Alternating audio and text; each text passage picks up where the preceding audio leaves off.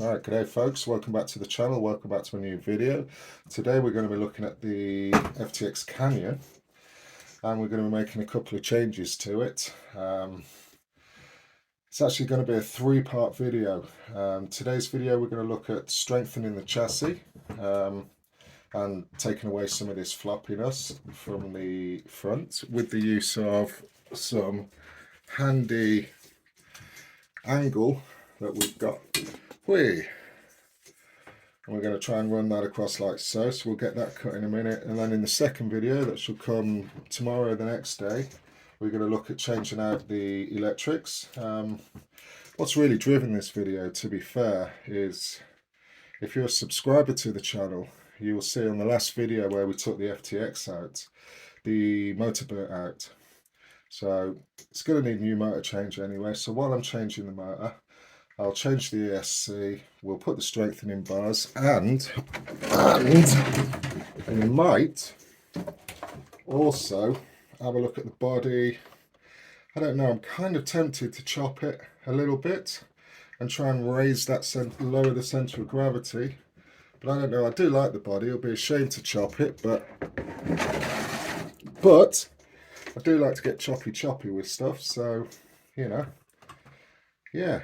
We'll see what we can do. It will either turn out really good or it'll turn out not so good. So, you know, like and subscribe. You know, you don't want to miss the videos coming up, because if I make a big balls up of it, then, you know, that'll brighten your day at least. And if I don't, then, you know, it might give you folks at home some ideas on what you can do with your own FTX Kanyons. So, without further ado, we'll carry on and, yeah, let's get into it.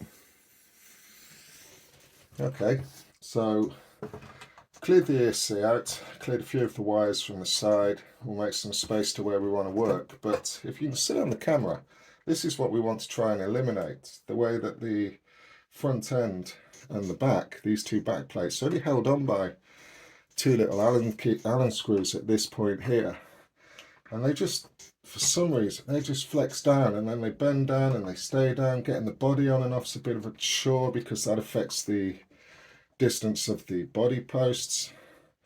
So the idea is we'll straighten that out and then we'll run the angle across there. We'll drill some holes through on either side, bolt it into place. I'm not sure what I'm going to do on the body post area with that. I'll probably take those posts off and drill through and then put them on top of the angle. So let's crack on. I'll get the bar cut. Okay, so welcome back. What I've done is I've removed the body posts, front and rear, and I've cut down the angle, in the aluminium angle. Just for reference, this is 15mm by 1mm eBay angle iron. I think it cost me about £5 for a metre length, so that's all we need to do it. But essentially what we're going to look at doing is basically running that across there, which will pull everything upwards, put everything in the right place. We're going to use the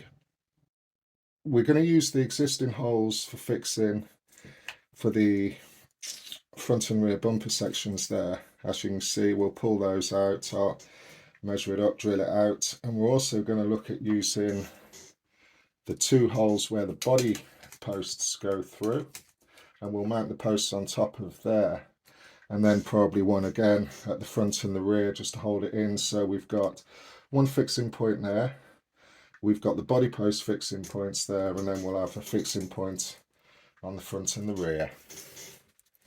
Right, so I got the one side in place. I've bolted it front and rear, and I've bolted through on the body posts and then on the pre-existing holes here as well, and it's pretty tight, but you get the gist of what we're doing here.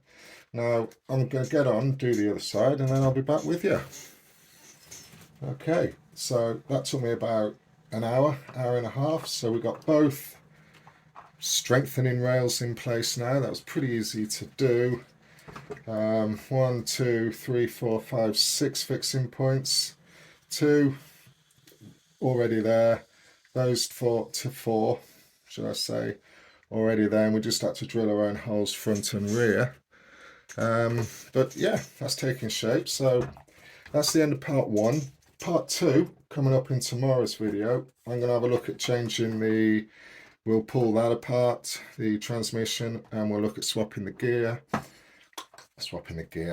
motor over and the ESC over. The servo's cool, so that can stay, but there we go then. So